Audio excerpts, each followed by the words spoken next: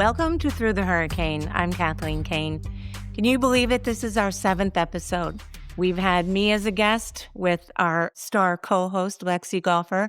We've also had 2 amazing, powerful women who gave their stories about loss and love and grief and how they moved and carried on and took a step forward.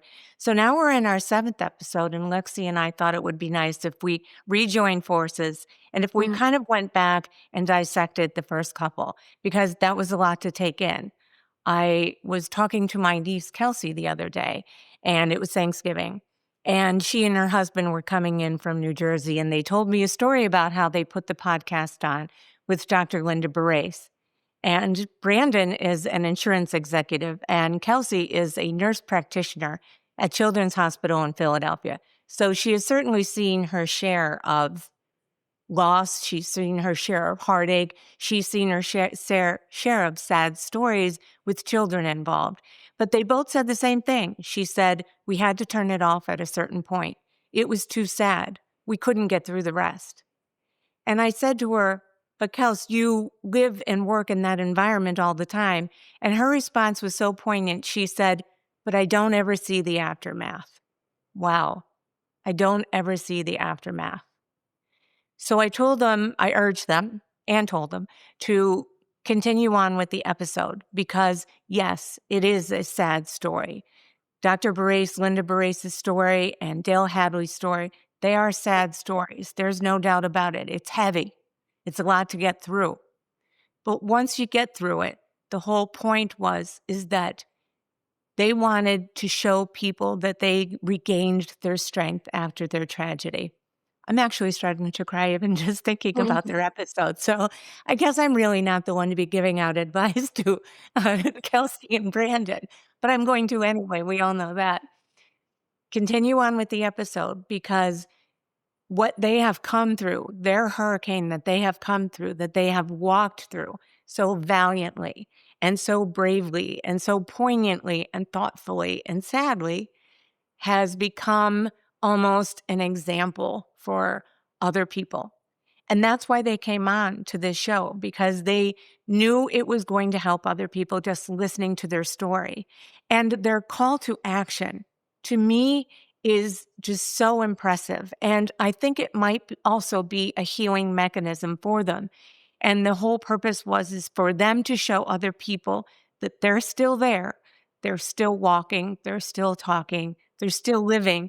And they moved towards something that helped them heal. They moved towards a foundation. They moved towards Mothers of the Round Table. They moved towards things that could heal their own souls and help heal the souls of other people. So that's why I wanted to urge everyone to continue watching, even though the weight of the podcast is a lot. We know that. We know that life is heavy. We know that life is hard. We all go through our storms. So I want to welcome Lexi back. It's nice to have you, Lex. I missed you. I know, it's nice to be back. I think getting the elephant out of the room, it seems like we're both having just one of those days today. And I think this reflection episode is probably good for both of us to just kind of be like, okay, it's not that bad. If these people can get through these stories, then we can get through whatever we're dealing with today.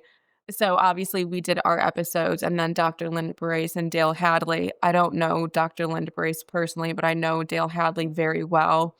And I will say anything to do with a little boy dying just absolutely kills me. As you know, my little brother was very sick when he was younger. And those stories, I think I started crying 3 minutes into Dr. Linda Barrace's. But one thing I took away from that, and it's something I've never heard from someone who lost a child say before, was they have to show up every day. And the way that they honor their kid is by being the mother that they remember. And I just thought, wow, that is incredible. I mean, I've never heard it put like that. Just absolutely, just so courageous, because I know there's certain days I don't want to get out of bed for anything. You know what I mean? And thinking I have to be the person that they remember is, wow, you're right, because they're still around us. They're still watching us. We need to continue on. Right. but just those episodes, they were heavy, absolutely. But at the end, just like any type of really good therapy, you have to go through it to get through it. So, Right. And that what I loved about both Linda and Dale was that they were different yet the same in certain parts. Both of their sons died unexpectedly. One was 12, one was 22. But they both said the same thing, that there are different stages of grief, that there is not a single way of getting through it. And I think by us continuing to show different scenarios and different mothers and hopefully different fathers too, because fathers grieve too. It's just mhm, that the men don't really want to talk about it. And hopefully we can find somebody who is willing, because men grieve as well. They, like Dale said, they grieve in a different way. And they had to respect that about each other. But both Linda and Dale did come together in the spot where Linda started, and with her family and, with Cody's dad and brother Joseph, they started that foundation to promote organ donors. And because Cody's words were so poignant, give everything I have away. And then that's like a national foundation. And then Dale took it to a community level, and in politics, they say that all politics is local. And so is everything else. Everything starts at the community level, the people that you have to look at every day. And Dale was a part of a mother's group that went to the same community restaurant, and they were all living amongst each other. And just before I forget, I wanted to give everyone an update on Dale Hadley. She texted me the other day. And again, this is going to make me cry, but she told me that the podcast gave her the motivation and the spirit, I guess you would say, to start up the Mothers of the Round Table again, not just with the women that have been there for, so long, 20, 10 years, with mothers who are now fresh into the process and that their children have passed away within the last couple of years and they're still really struggling.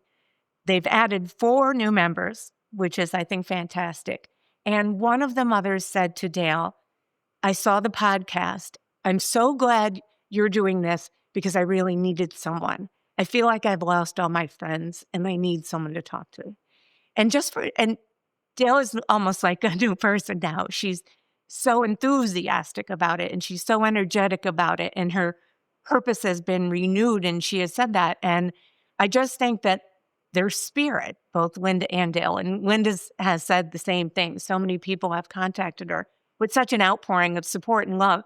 It has renewed her spirit to keep going forward.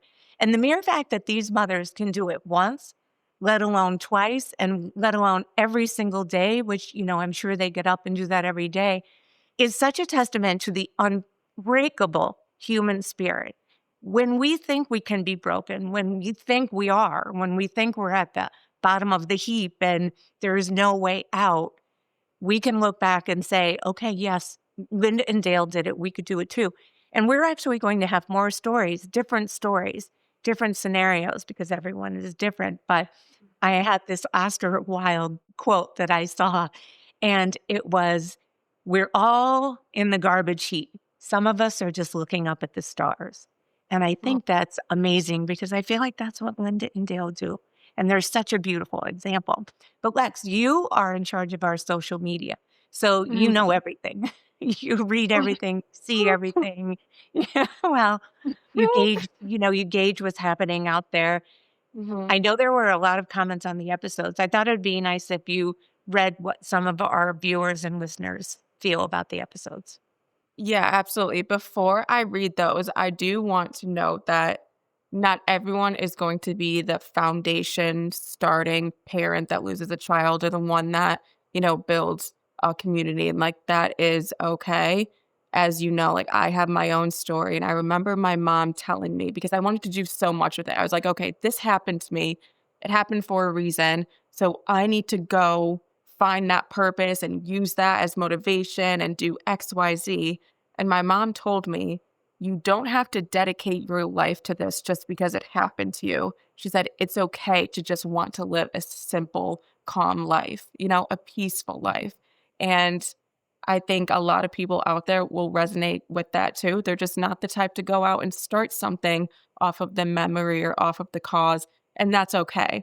I don't think there's a right way to grieve, but there's probably a wrong way out there. And I think as you take on more guests, I think they'll share their experiences where, there were times where they wish they did things differently through their grieving process, and all of that's okay.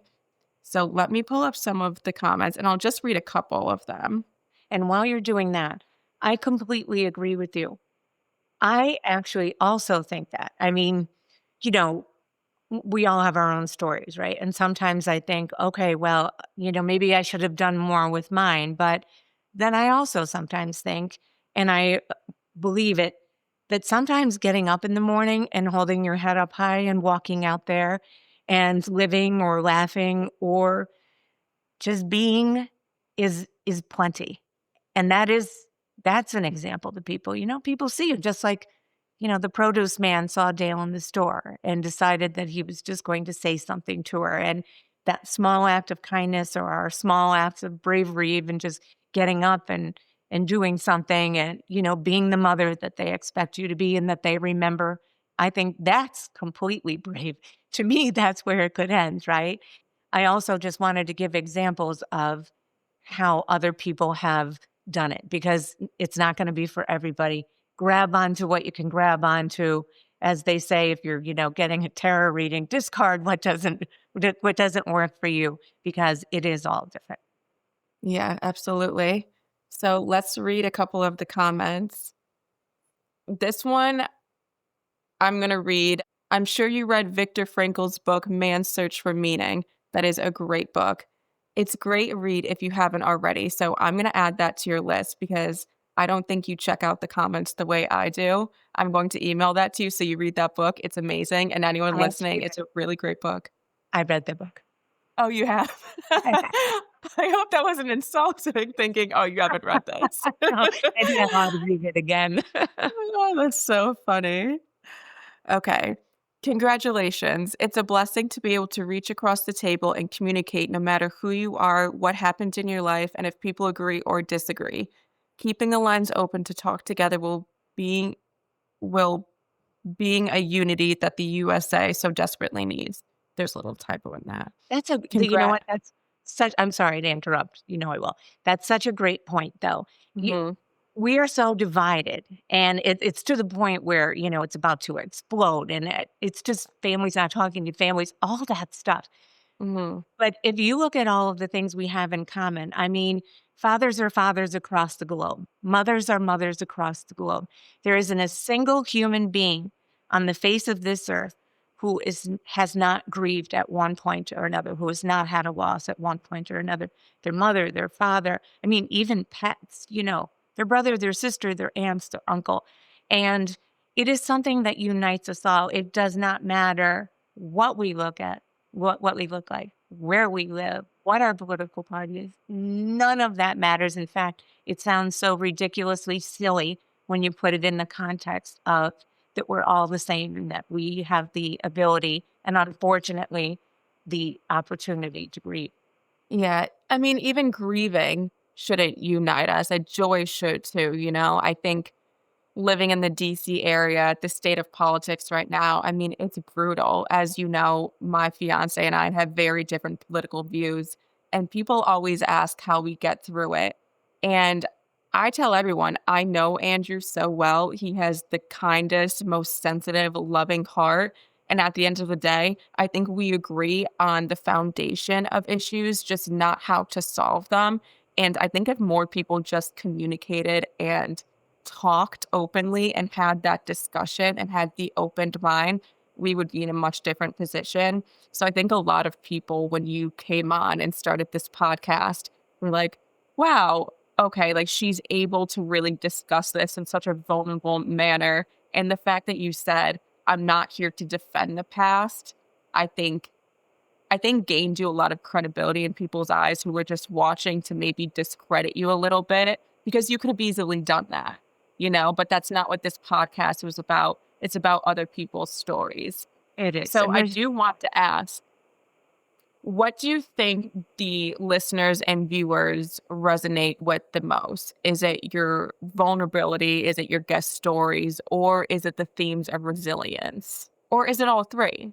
You know what? I think it's a little of all three because we have so many different types of viewers. We have age differences. We have male and female.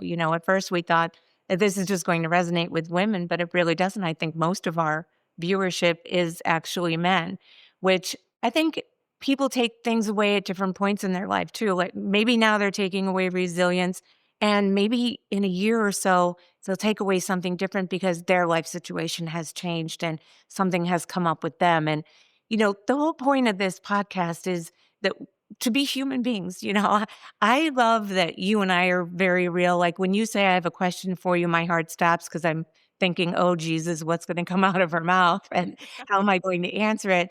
Um, but Linda and Dale were just so real and so honest about how they Mhm. felt and, what they were going through, the good and the bad. Dale talked about how somebody thought that they were disrespecting the memory of their children, and how Dale shot right back with, you ought to be happy we're happy. And so they're very real. And I was researching grief. Not that we kind of need to, because in our past 5 years in our family, we have had 9 close family members die. 9. They were dropping like flies for a while. It was just constant. It was so overwhelming, and I don't even know, I wanna say the word scary, because I guess it was like our cheer. It was our aunts and uncles and, my Yeah. mother and father, your grandmother and grandfather died within a year of each other, and all their brothers and sisters were just dying. It was just constant. Even Mhm. our cousin died, so at 50 years old. So everyone goes through different things at different times, and I know I'm getting out of order here, and I know we need to get back to the comments, but I just wanted to say, we went through 4 episodes of telling what my storm was, and sometimes you're like, "Cool, well, thank God that's over." But life doesn't stop. It wasn't over, because after that, 9 family members died. Both my mother and my father died a year apart, and that was really that was probably the toughest time in my life. I mean, we we barely even buried my father before my mother died, and to become an orphan in 1 year, that's a tough thing to handle. And Mhm. but then I looked back on what I actually went through years before, and I thought, geez, that was nothing compared to this. This is hard. It's hard Yeah. stuff.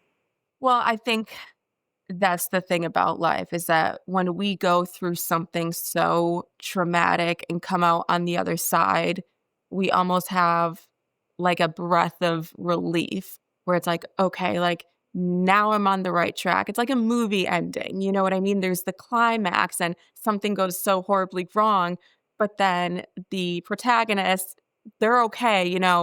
They play the nice music at the end, the credits are rolling, you're like, everything's okay, and that's just not how life works. Like, you can continue to get knocked down, it's just about how you get back up. Those 5 years, I mean, oh my gosh, and again, like, they were close family members. At one point, I went out and bought a funeral dress, and I just wore that dress, like, consistently to all of the funerals.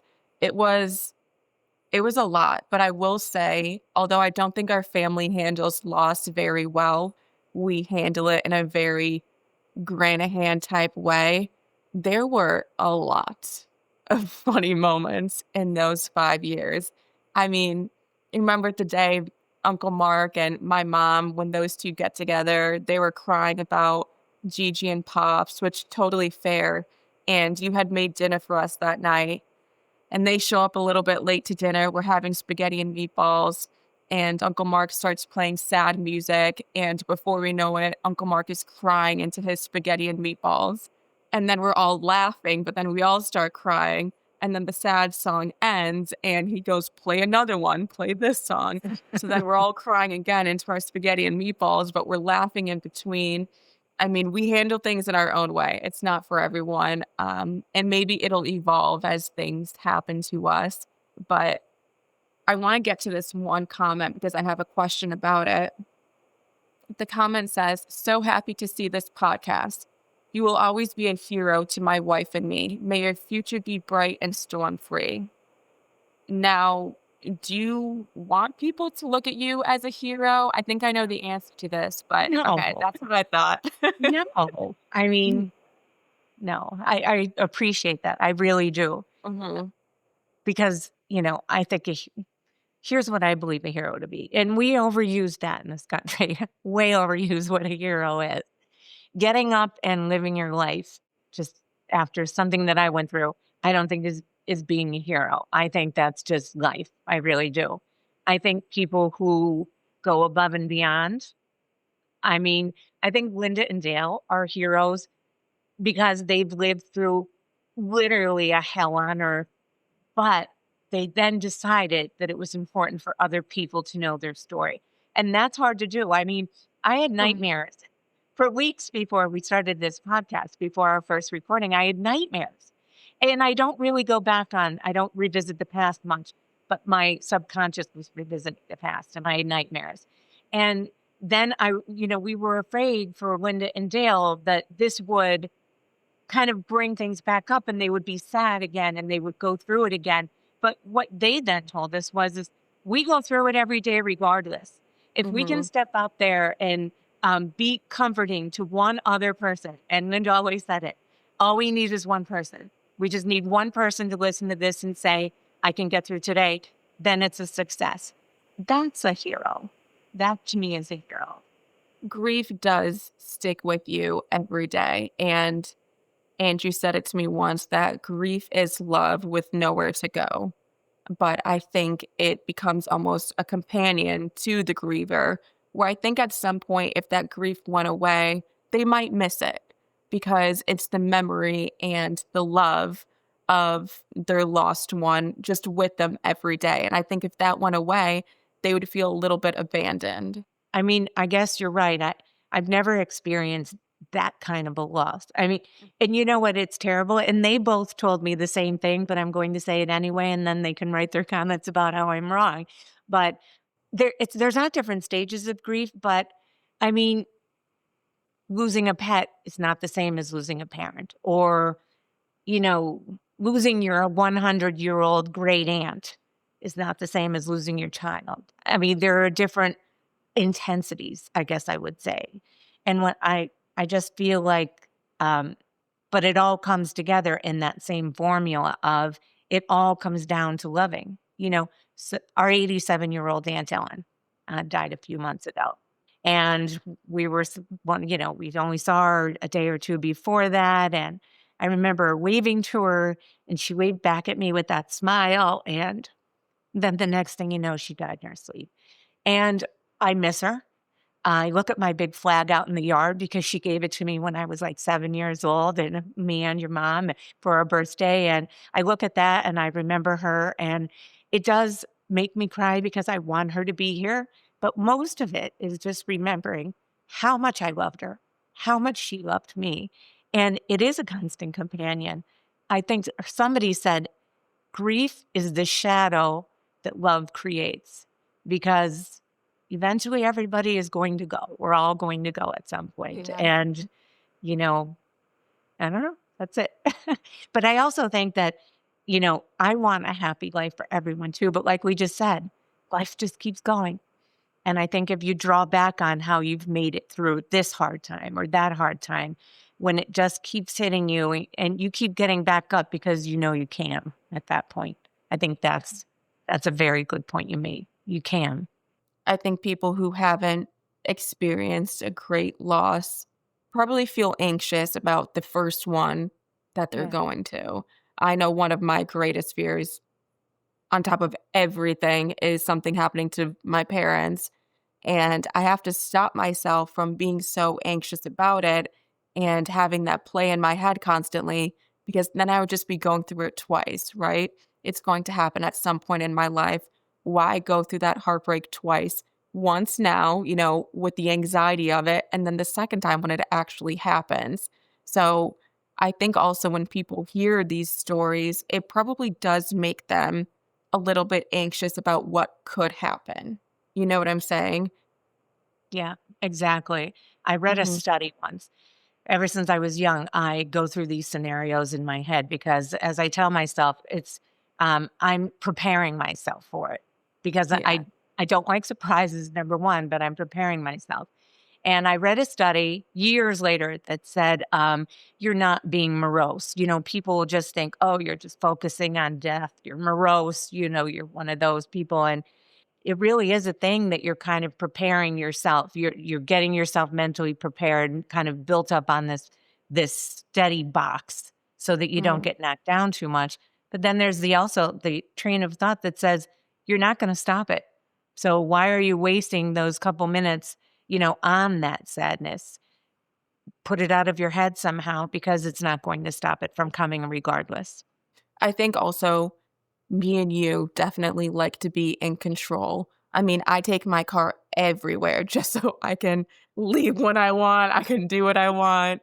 There's probably, a diagnosis for that. But for right now, we'll just say we both like to be in control. So I think when we envision these scenarios and we play out all of the outcomes and all of the situations, it's our way of trying to be in control of the situation. And that's just not how life works. It really, really doesn't. And once you let go of that control a little bit, you can ease up on some of the anxiety. You know how people say live in the moment? I honest to God never knew what that meant. I just didn't understand it.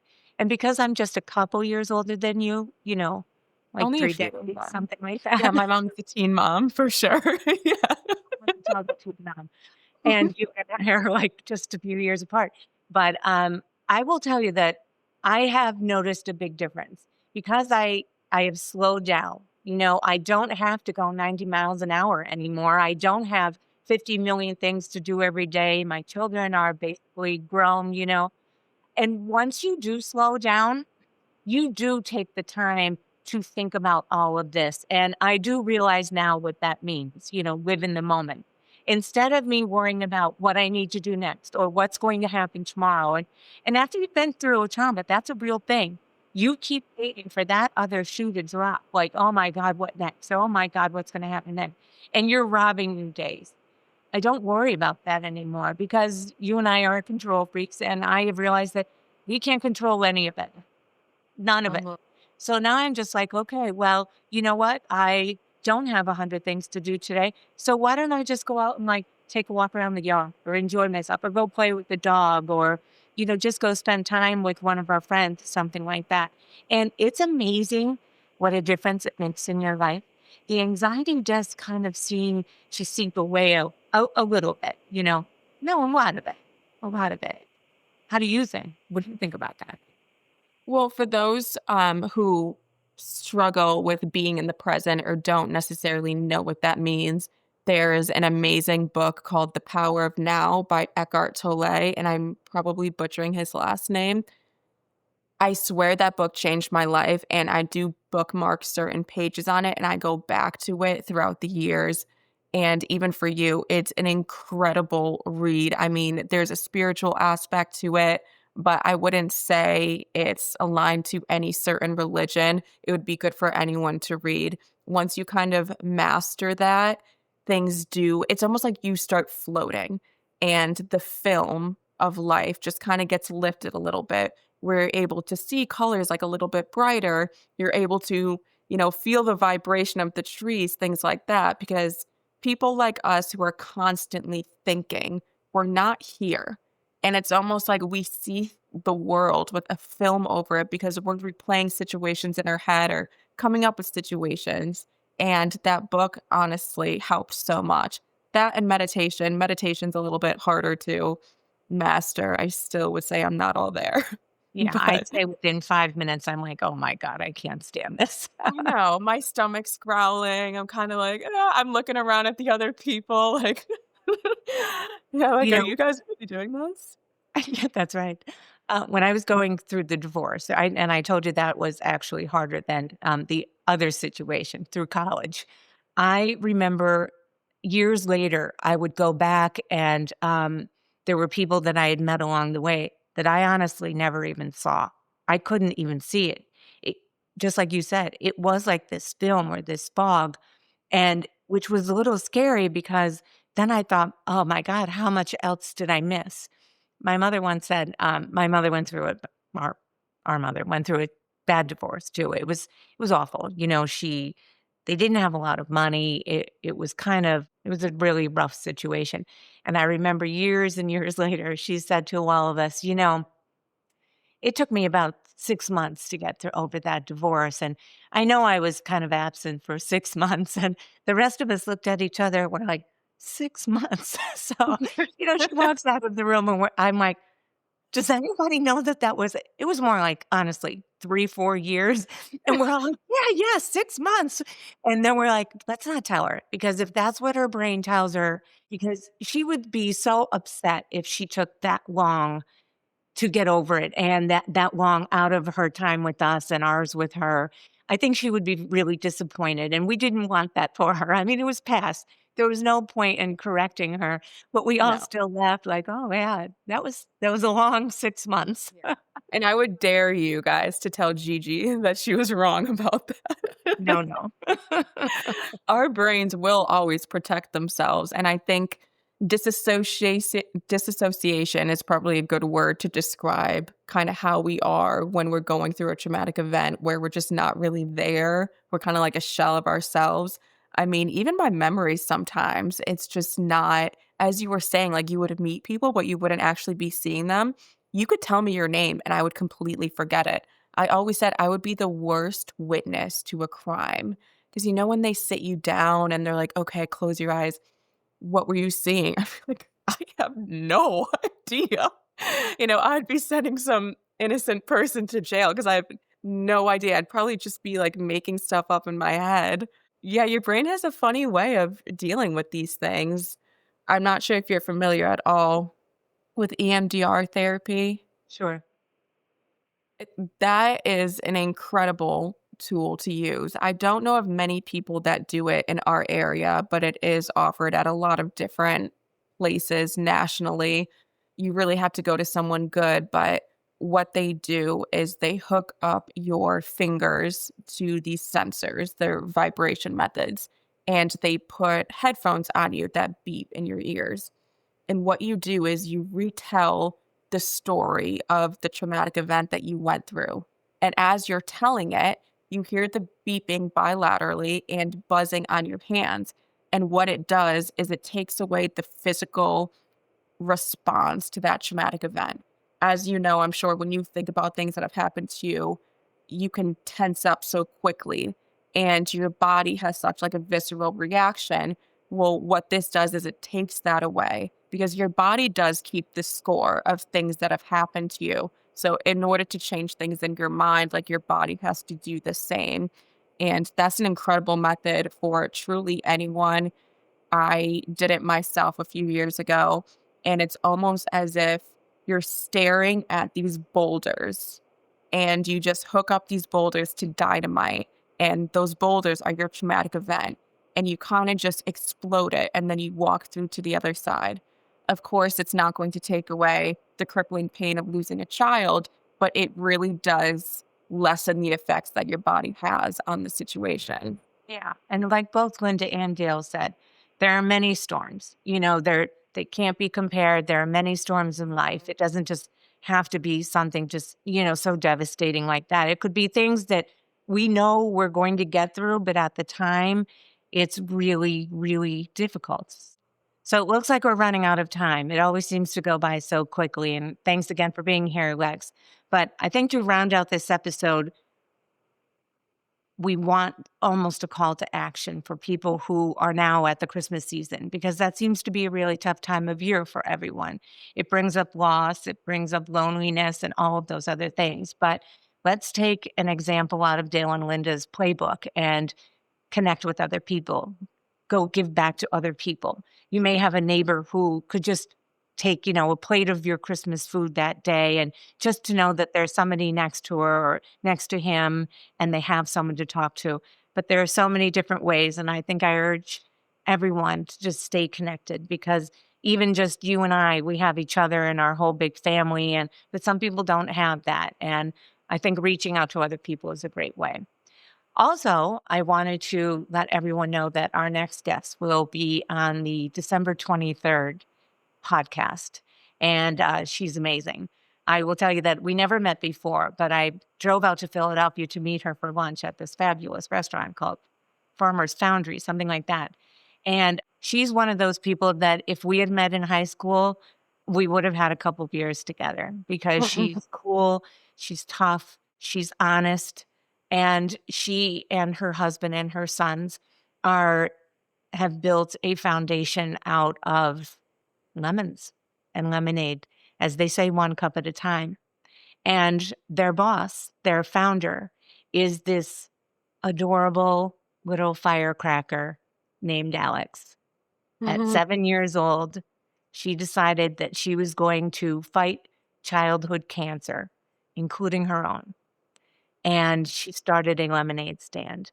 And that lemonade stand has turned out to be one of the nation's most successful foundations that provide funds for research for childhood cancers.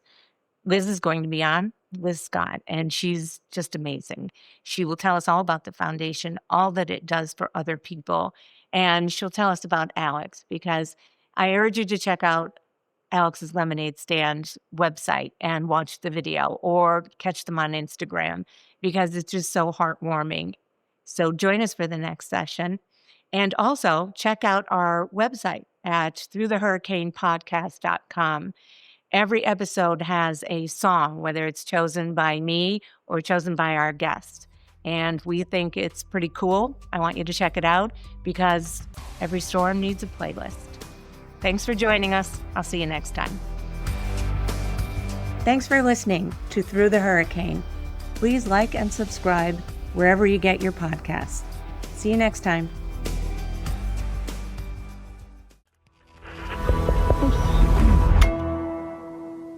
Resonate.